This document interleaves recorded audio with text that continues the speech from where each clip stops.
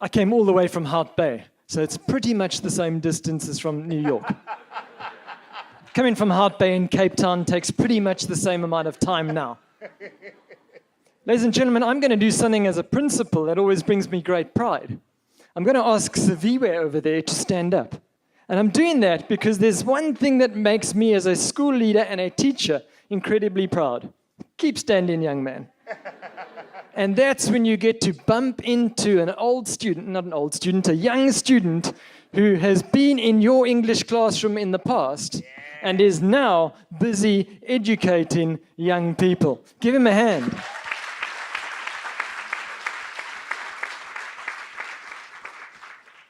You awake? We got the graveyard shift and it's tough, but let's keep going. Saviwe, fantastic to see you as part of the educational team. I hope my English lessons had something to do with that. He was always late. He was always late for lessons. Let me tell you a little bit about Silikamva High School. I don't look like I'm the principal of Silikamva High School in Imizana Hout Bay. I left the Leap Science and Math School in 2012 to start up a new school in Imizana, a poverty-stricken community of Hout Bay, which only the Hout Bay community up to that point in time only had one high school.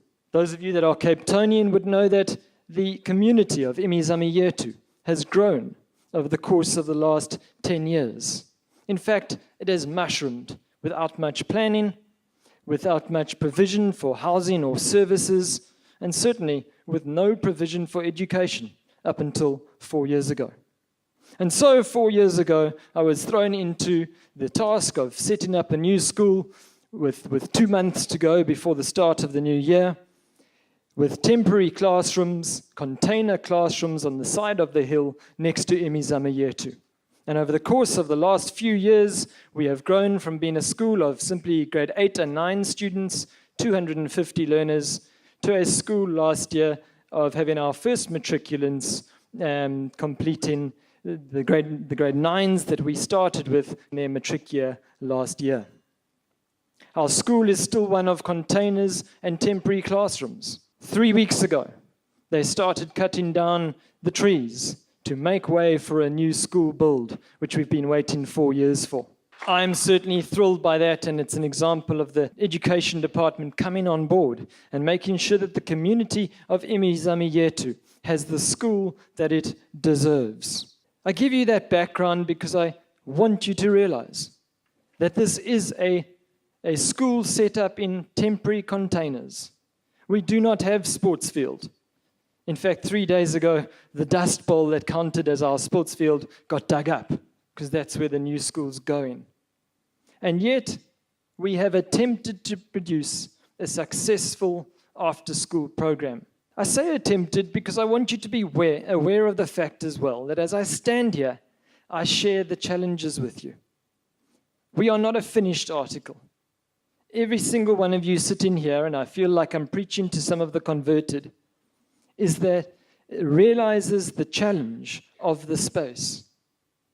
We have young people in our space who come from primary schools where the norm of being involved in extramural and after-schools programs is not established. And turning that around overnight does not happen easily.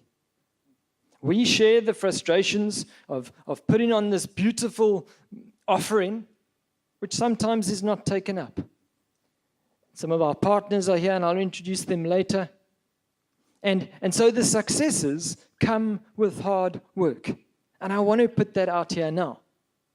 That while we feel we've gained incredible successes over our last 4 years, we are not a finished article.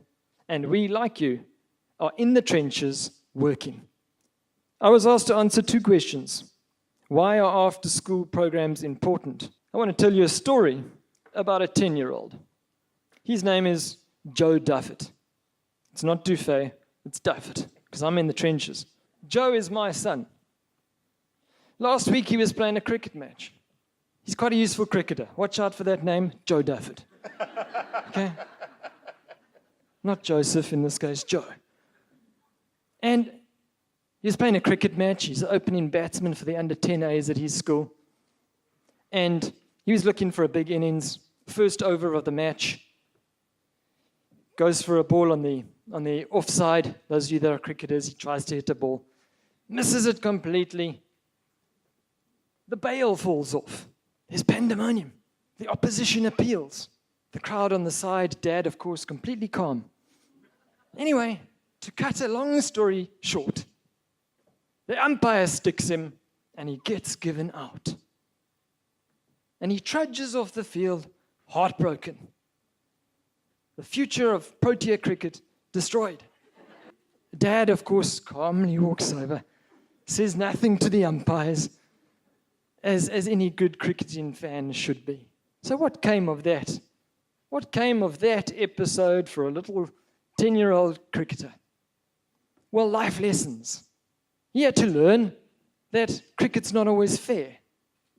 He had to learn that the value of respecting the on-field decision is one that he must abide by.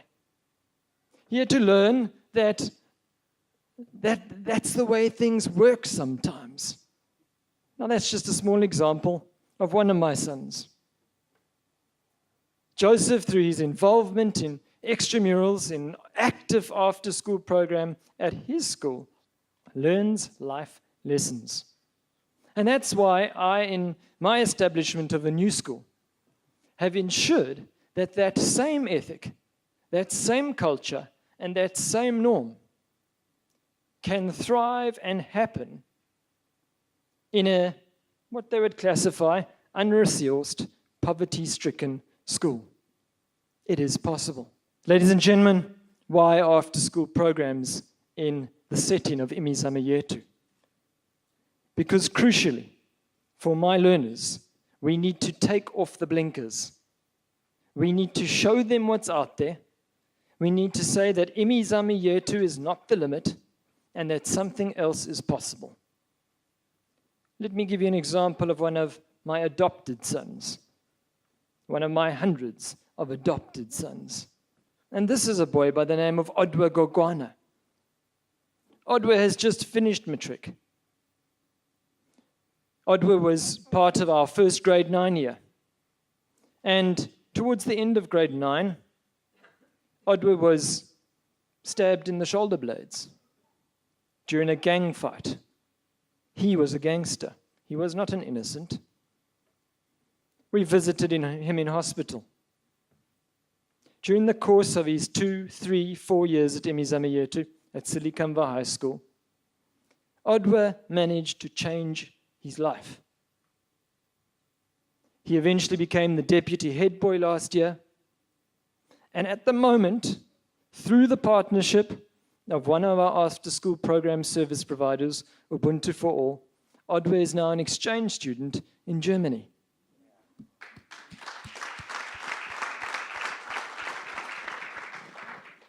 It took a while before Odwa saw the opportunity. He didn't arrive at Silikamva High School as a finished article. When the first opportunities were presented to him, he didn't instantly take them. But through the effort, through the hard work, through the relationship of teachers and service providers, Odwa changed his life. He saw that something else was possible.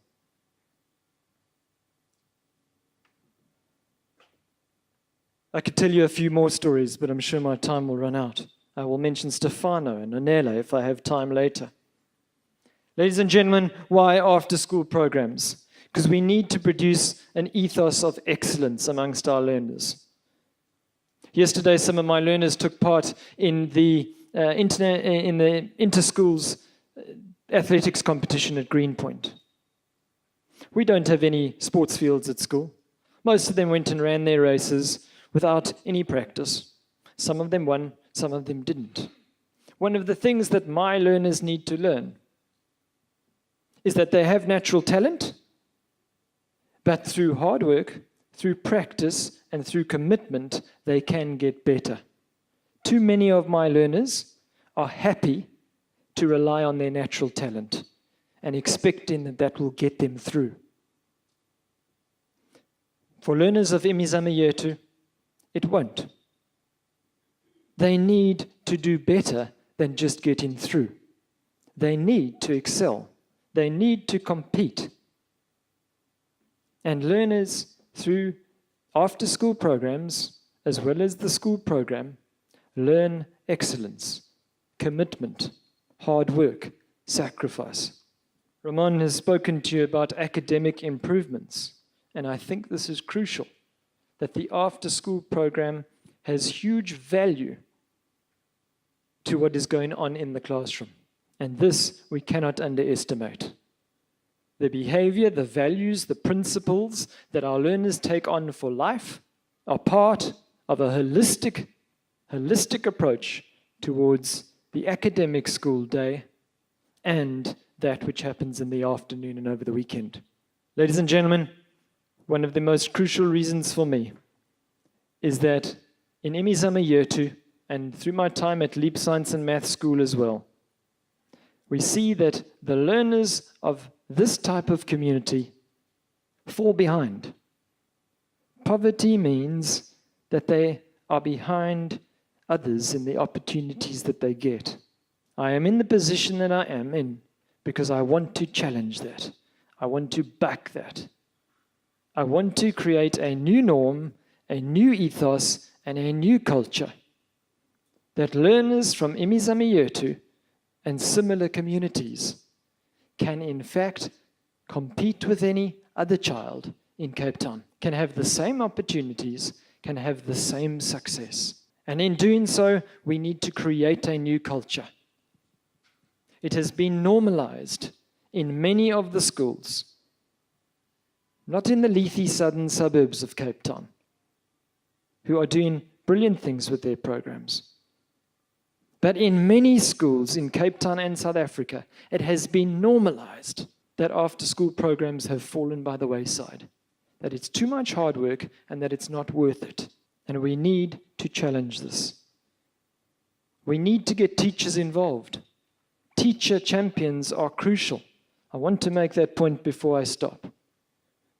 Getting teachers involved is crucial. When I talk to adults, when I talk to those that have become successful, they often attribute their success, more often than not, to a teacher who had an impact in their life.